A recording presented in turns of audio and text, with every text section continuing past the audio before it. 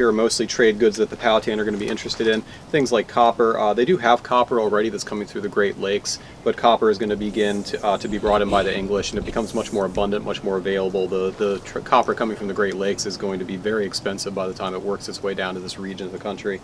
You'll also have things like trade beads, glass beads, blue beads, which are things that the Powhatan can't produce themselves, so they'll be very interested in those as trade goods.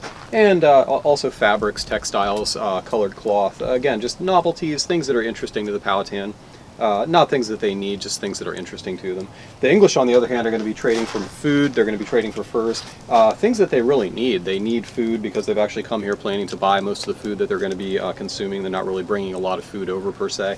And they're also trading for furs that they can sell back on the London markets to actually turn a profit for the investments that they put into coming over here. So that's some of the trade goods that we're displaying today. How much would the copper cost from Michigan? There's no set price per se, but it's basically changing hands from one trade network to the next trade network, and by the time it gets down here, it's going to be a very high status, rare type of item. Not too many people are going to have it, so it'll be very expensive. Only the werewances or the chiefs will actually have that copper to be able to trade to other people. How long would it take to get here?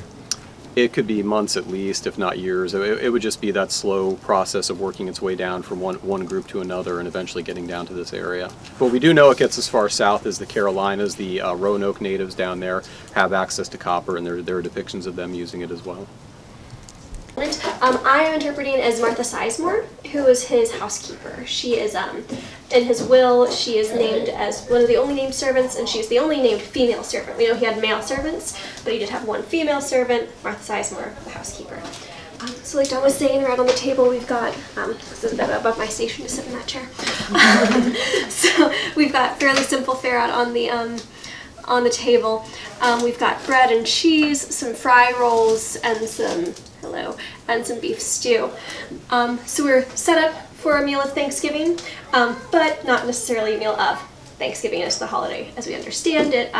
Thanksgiving is something that happens 3 times a day, every time you eat, right? You should thank God constantly, not one day a year. So it's a small Thanksgiving, but it is a special feast because we do get to have beef stew, which is not a common ration for us.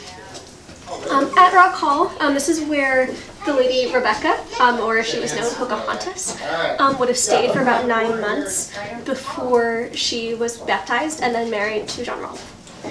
So we like to talk about some differences that she would have experienced as she came here and became accustomed to English culture. So things as simple as like the bread and cheese that are set out on the table. She wouldn't have had wheat bread.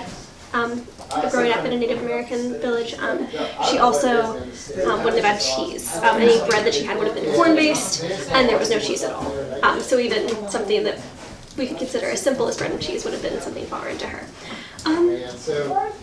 And the same with beef. She would have grown up with venison, anything like that. So it would have been a pretty significant shift for her. And John talks pretty in depth about that as well, so I don't go too much more in that. So I'm here as the housekeeper. Again, if you've got questions about anything, please do let me know. Up above there is a picture, an engraving of Pocahontas when she's in England, newly christened as Rebecca and married to John Rolfe. It must have been so strange for her. I know, right? It must have been. Imagine.